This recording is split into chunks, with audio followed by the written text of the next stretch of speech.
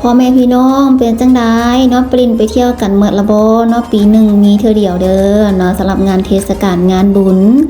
เนาะกระทางฝั่งไทยกับจะเป็นทางนครพนมเนาะแล้วก็ทางฝั่งลาวสำหรับเมืองหนองบกแขวงกระมวลของเฮาก็จะเป็นทางท่าตุ่มพะวังทางบ้านนวังใหญ่แล้วก็ทางเมืองท่าแขกเนาะแขวงกระมวลเฮาก็จะเป็นทางพระธาตุสีโคตตะบองเป็นจังไดพี่น้อง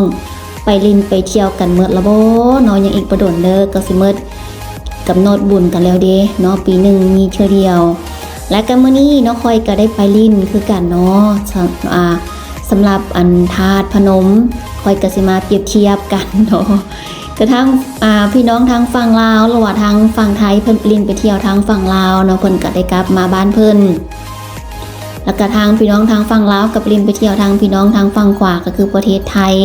แล้วก็สิมาเปรียบเทียบทางขึ้นแล้วก็ทางลงสำหรับทางลงพี่น้องทางฝั่งลาวเนาะไปเล่นไปเที่ยวกันตั้งแต่เวียงแต่เวนพุ่นละก็กลับมาช่วงกลางคืนคนก็หลายเรียนคิวกันลง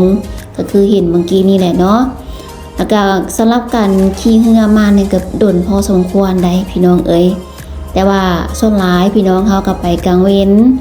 ที่ว่าพาลูกพาเต้าไปเล่นไปเที่ยวหรือว่าบางคนก็ไปเล่นในช่วงกลางคืนก็อากาศจะเย็นกระเดเนาะเปรียบเทียบกันระหว่างทางขึ้นทางลงกันเนาะสำหรับอันทางขึ้นที่บ่แม่นทางลงที่ผ่านมากับคนหลายแล้วก็ค่อยๆสิเดินทางขี่เรือไปต่อขึ้นไปทางขึ้นทางฝั่งไทยพุ่นละผู้พักกันเนาะเอ้ยพวกเจ้าสังเกตบ้างแม่เนาะดอกไฟหลายนั่งอยู่เค็มของนั่งกินเบียร์เย็นๆพิวกับผู้เบาหรือว่าฟิลครอบครัววานไปอิงตามเด้ออย่าไป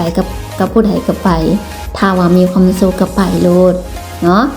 แล้วก็เนาะกลับเข้ามาจุดนี้ก็ไกลจะฮอดทางขึ้นละเด้แตกต่างกันเด้อพี่น้องเด้อทางลงกับทางขึ้นเพราะว่าบ่ค่อยไปกลางคืนได้คิดว่ามันคนจะบ่หลายสุดท้ายคนหลาย